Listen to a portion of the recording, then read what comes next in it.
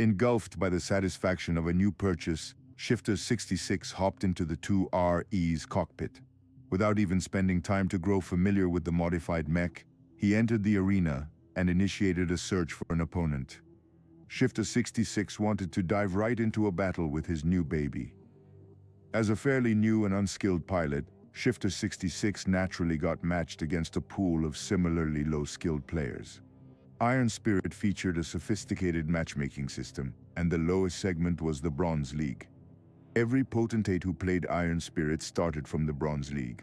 Only by winning a sufficient amount of times would one gain the opportunity to promote to the Silver League, which most mech enthusiasts consider it to be the real beginning of the game. That was because the developers enacted a lot of restrictions to the matches taking place in Bronze. Players could only earn a little amount of gold, though they also had few opportunities to lose it due to simplifying repair costs. Matchmaking in the lowest league also didn't cross star systems, which meant that most low-tier players fought against opponents from the same planet. Bronze Leaguers were also limited from purchasing any mechs rated higher than 1 star, which really frustrated a lot of kids who wanted to dive right into big and modern mechs. As for Shifter 66, he hadn't been exposed to the world of mechs for long. The mechs he already had access to already occupied his full attention. His view changed into a preparatory screen. The game found an opponent for him. After confirming his mech, weapon, and map preferences, he waited for his opponent to do the same. After a short wait, the boy's mech landed upon a grassy hill. The first thing he did was to engage his sensors to see if his opponent was in range. One of the few good things about the Fantasia 2R was its fantastic scanning power, courtesy of its hair-like sensor bundle attached to its head. The mech found an energy signature fairly quickly, which meant his opponent wasn't hiding. The boy eagerly commanded his mech to move forward, only to trip and almost fall backwards. His mech's balance fell apart. What the... Only until now did it sink into him that having a gigantic rear wasn't all that good. He wrestled with his neural interface for several minutes, trying to find a running posture that wouldn't tip him backwards. He finally managed to accomplish a crude stance by bending his mech's torso forwards, which had the unintentional effect of making his rear more pronounced. Who cares, as long as it works? Let's try the booster. Upon activating the Gemini's powerful thrusters, the Fantasia practically rocketed forwards. Only through some haphazard steps did Shifter 66 manage to keep his mech on his feet and vaguely control his direction forward. As the boy further adapted to the mech's forward momentum, he found himself wild with joy. He could practically feel the wind whipping his mech as he casually broke through his personal speed record. Unfortunately, he neglected one thing. His opponent hadn't been twiddling his thumbs. Shifter 66. Hey, too bad you're piloting a light mech. My Grunig Hallman eat light mechs for breakfast. The player known as Triceratops boasted. He had the wins to back it up. KRH Heavy Industries' Grunig Hallman models offered a good balance between weight, energy, and armor. They generally suffered against heavier mechs, but anything lighter couldn't go through its armor before the GH pulverized them. The GH's design mimicked a gorilla, so it could bend down on all fours and sprint surprisingly fast in a short duration. Triceratops had already seen the blazing energy signature approaching him on his scanners, so he readied his posture to dodge and chase after the lighter mech. He already licked his lips as he imagined his GH's powered arms tearing the soft Fantasia's frame apart. "Will you walk into my parlor?" said the spider to the fly. However, the Fantasia 2RE ran forward so uncontrollably that Shifter 66 doubted he could even regain control without crashing into the ground. Only until his forward view revealed his opponent's GH model did he realize he couldn't do anything but crash head-on. Unable to even fire his mech's pistol with all the jostling, the boy plainly threw it to the side, instead choosing to draw the Fantasia's default sword from the embedded scabbard in the back. "I don't believe my baby will lose to you." The GH appeared to be frozen in shock, but as the distance dwindled, it regained its composure and crossed its meaty arms forward. The sword glanced off one of the arms, failing to penetrate its thick armor. The forward momentum nonetheless allowed it to travel forwards and pierce the GH's chest. The armor yielded helplessly, letting the sword cut deep into the mech and slice through important systems and cabling. The GH lost 35% of its energy and all of its weapons on its left side. An even larger collision followed. The rest of the Phantasia's frame slammed forward, dealing more damage to the lighter mech than the GH due to the differences in mass. The Phantasia's upper torso disintegrated from the impact, shards and other debris flying in every direction. Its head crushed into a pancake against the GH's torso, somehow barreling past the heavier mech's armor and penetrating through the cockpit embedded deep within. Triceratops practically had a fright when his view screen burst apart. He hastily commanded his remaining functioning arm to toss the immobilized Fantasia from his partially crippled mech. "Get off me!" The feminine mech crashed against the ground face down with its rear pointing upwards. This trick will give you an erection at any age. Ancient recipe, Stamina Up, ads by Pub Future. Triceratops had no time to do a detailed damage assessment. Instead, he lumbered his mech over to the fallen frame of his opponent's mech and aimed his arm cannon. While the pilot didn't recognize the Gemini module attached to the Phantasia's rear, he nonetheless recognized it was an essential component. Unable to fire, ammunition feed disrupted. The GH's pilot cursed and abandoned his ranged options. He readied his fist for a punch. Shifter 66 frantically tried to command his wrecked mech to move. "Damn it, why isn't she moving? This is the end of the road for you, punk." Just as the GH landed the punch, a hatch on the Gemini blew apart. It revealed a hard-shelled cockpit, which ejected instantly from the Fantasia with substantial thrust. While it didn't travel with the force of an armor-piercing shell, it nevertheless possessed enough force to smash apart the GH's ramshackle torso armor and pound its pilot into meat sauce. Exhaust smoke spurted out of the Gemini's gaping cavity. Burn marks littered the immobilized Fantasia and the surrounding foliage as the decapitated Grönighalmen mech collapsed like a puppet with its strings cut. Winner, Shifter 66. Huh? The boy groggily wondered as the rewards from the win poured in. It worked. I won. It had been a complete fluke to eject the redundant extra cockpit. In the final moments, the boy pretty much pressed every neural button he could find, trying to get his mech to do something other than being a sitting duck. Ejecting the cockpit was one of the last options left. Ha ha ha ha ha, I knew I wouldn't disappoint. Shifter 66 spent a significant fraction of his newly earned gold to instantly repair his mech. More expensive mechs required manual repairs or payment of real credits to get it done instantly. Fortunately, Iron Spirit didn't bother to milk excessive fees from its beginners, so the boy had nothing to worry about. He threw himself back into the arena. Triceratops, who turned out to be a boy just a year older than Shifter 66, simply sat stunned in the simulator. He couldn't believe he got done in by an ejected cockpit. He loaded the replay of the last match, fast-forwarding to the final moment before slowing down the playback to leave him with plenty of time to watch. The same incomprehensible action happened again, just in a different perspective. Triceratops chose to watch the event from the side. He could see the immobilized Fantasia billowing out ejection fire and smoke from its battered rear module. Its left hatch blew apart, making room for the abruptly accelerating metal shell that protected the empty cockpit. Normally, any ejecting cockpit followed an upwards trajectory as soon as it left the chassis of the mech that held it. If Triceratopses had just been a little more patient, he could have let the cockpit fly harmlessly in sky. Instead, he could only watch as his past self moved the GH into punching range of the Fantasia, thereby exposing its damaged torso to his opponent's crazy strike. He pretty much impaled himself onto the enemy's lance. This isn't real. This stupid mech looks so dumb and ugly.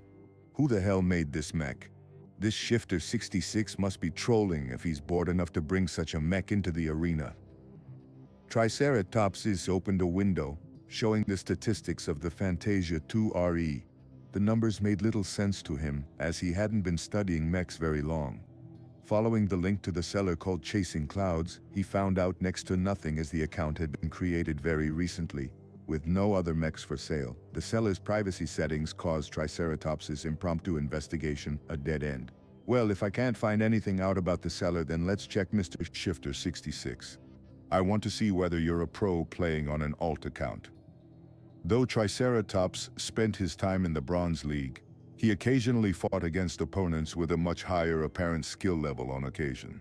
These monsters mostly consisted of expert mech pilots with a successful career in the upper leagues of the game.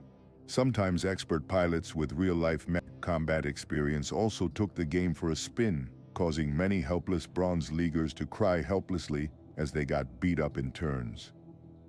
When Triceratops is loaded into Shifter 66's next match, he already saw that the battle had reached the peak. The Fantasia 2RE had difficulty catching his much lighter opponent, who happened to be piloting a Fantasia 1R. As the predecessor model, the 1R lagged in several areas compared to the 2R. Nonetheless, the 1R the opponent piloted was the stock model, granted him a decisive advantage in agility and short-ranged mobility. The forest environment also bogged Shifter 66 down. His 2RE couldn't find a clearing to put his substantial boosters to good use. Without the extra speed afforded by the boosters, his 2RE had been rendered into an overweight mech, clumsily trying to turn its sluggish frame in the direction of his flitting opponent. The 1R's pilot played it smart, Triceratops noted. The 1R seemed to be wary of Shifter 66's mech boosters. It neither faced the 2RE directly in the front and behind, using its superiority in lateral movement to keep the mech to the sides. The boy could only grit his teeth as he endured the light laser blasts digging into his Fantasia's rear armor. He only managed to endure until now because the enemy's Fantasia lacked the capacity to field heavier firepower. However, just its basic pistol possessed enough punch to eventually slag the 2RE's armor into a puddle. Shifter 66's own pistol had already been shot to pieces, and he could only try to make pot shots with his heavier but unwieldy marksman rifle. "You asshole! Are you a monkey or a man? Stand still for a moment." The 1R ignored the complaint and resolutely kept up its dodging. The boy knew he couldn't let this merry-go-round continue, so he activated his boosters and just rocketed into the trees. His mech crashed through the trees with minor difficulty, though he accumulated internal structure damage with each tree felled. He couldn't keep this up for long. Nonetheless, Shifter 66 managed to retake the initiative. The 1R's pilot panicked. Allowing the 2RE to build up distance meant exposing him to powerful laser fire.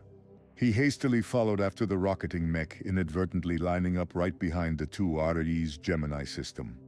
"Behold my ultimate move!" Shifter 66 yelled as he slammed his fist on the secondary ejection button. The Fantasia's twin cockpit whooshed forward from the Gemini model in another fiery blast. This time the cockpit kept up a straightforward trajectory. Changing that setting was the only thing the boy prepared in advance before he dove into his next match. The cockpit rocketed backwards with a speedy but avoidable trajectory. The 1R could easily step sideways if it kept its chassis in the correct stance. Unfortunately, the stock model chased after the 2RE with full speed, allowing for very little leeway to dodge immediately. By the time the 1R managed to shift its torso, the blazing cockpit slammed its right shoulder to pieces. The Fantasia 1R massed much less than the GH, so the impact this time resulted in much heavier damage, even though it occurred off-center. Practically half its shoulder and the entire arm blew apart. The battered cockpit flew off in a random direction with the Fantasia's gun stuck in its shell. "Ha-ha, you're mine now." The boy was ecstatic to see his gamble succeed. He stopped the boosters, causing his mech to abruptly slow down and trip. It took an embarrassingly long time to get his mech up its feet, but the kid felt too flushed with success to feel any bother about it. The 2RE lumbered back to the crashed 1R model. The loss of a shoulder and an arm shouldn't have crippled a Fantasia 1R. Most of its essential systems rested in its waist, so as long as it possessed 2 functional legs, it could still outplay the 2RE. The pilot eventually lacked the skill to compensate for its damage, as all he could accomplish so far was to run around in circles. The boy stopped his approach and raised his mech's rifle. The beams had a little difficulty keeping up a consistent aim, but the sheer number of shots succeeded in punching through the 1R's poor chassis. Winner, Shifter 66. "Ha ha ha ha!" The boy laughed as he raised his fist. He had won again, proving him that his gold was well spent. Though clumsy, his mech held a few surprises, and anyone who thought he was an easy target would get a nasty present. Triceratopses, on the other hand, cursed Shifter 66's luck. He felt a little glad that he wasn't the only pilot who fell for the 2Re's trick. He kept spectating Shifter 66 as he mindlessly dove into the arena. Subsequent matches proved that the boy had celebrated too early. Matchmaking had adjusted Shifter 66's opponents after he kept relying on cheap tricks. These slightly more seasoned pilots recognized the Gemini add-on and knew what it could do. Though they laughed at the 2Re's rear-heavy appearance, they still treated their enemy seriously. The lighter mechs generally ran rings around Shifter 66, taking small bites at a time and leaving him with little opportunity to strike back. The heavier mechs proved to be easier opponents for him, as they were less capable of dodging his newly invented ultimate move. Only the heaviest one-star mechs could shrug off the damage caused by the sudden collision. Remembering that he had to go home for dinner, the boy eventually called it a day. Win a couple more wins than losses in his record. The potentate felt that buying the Fantasia 2RE was one of the best decisions in his life. Before he logged off, he added the designer in his address book. Oblivious to the potentate, Ves looked at his system's notification with a puzzled expression. The mission finished that quickly? I can't believe there's someone stupid enough to buy the mech I put on sale. Lucky concurred with a meow while shaking its mechanical behind in Ves' direction. The young man playfully picked up the pet and cuddled him against his chest. At least the stuff you crap out can be sold. Now that he finally received some design points, Ves switched back to the shop and browsed its catalog with greater attention. The previous time he just took a casual look, choosing to ignore the more unrealistic entries as pure nonsense. Now that he swept his eyes past them again, Ves widened his eyes. If the system is really capable of doing this with design points, then meeting the next interest payment is in my grasp. Ves reached an unconscious threshold in his mentality. He had always been a little bit skeptical of the system which suddenly intruded in his life. Now, though, he felt ready to embrace it with all its oddities. While some designers counted on their fancy degrees to start their careers, others threw money and connections at the problem. Ves only needed the system to pave his way to the top. You have received a new mission. Mission. Tutorial Part 3, Mass Production. Difficulty, F rank. Prerequisites. Completed Tutorial Part 2, Description.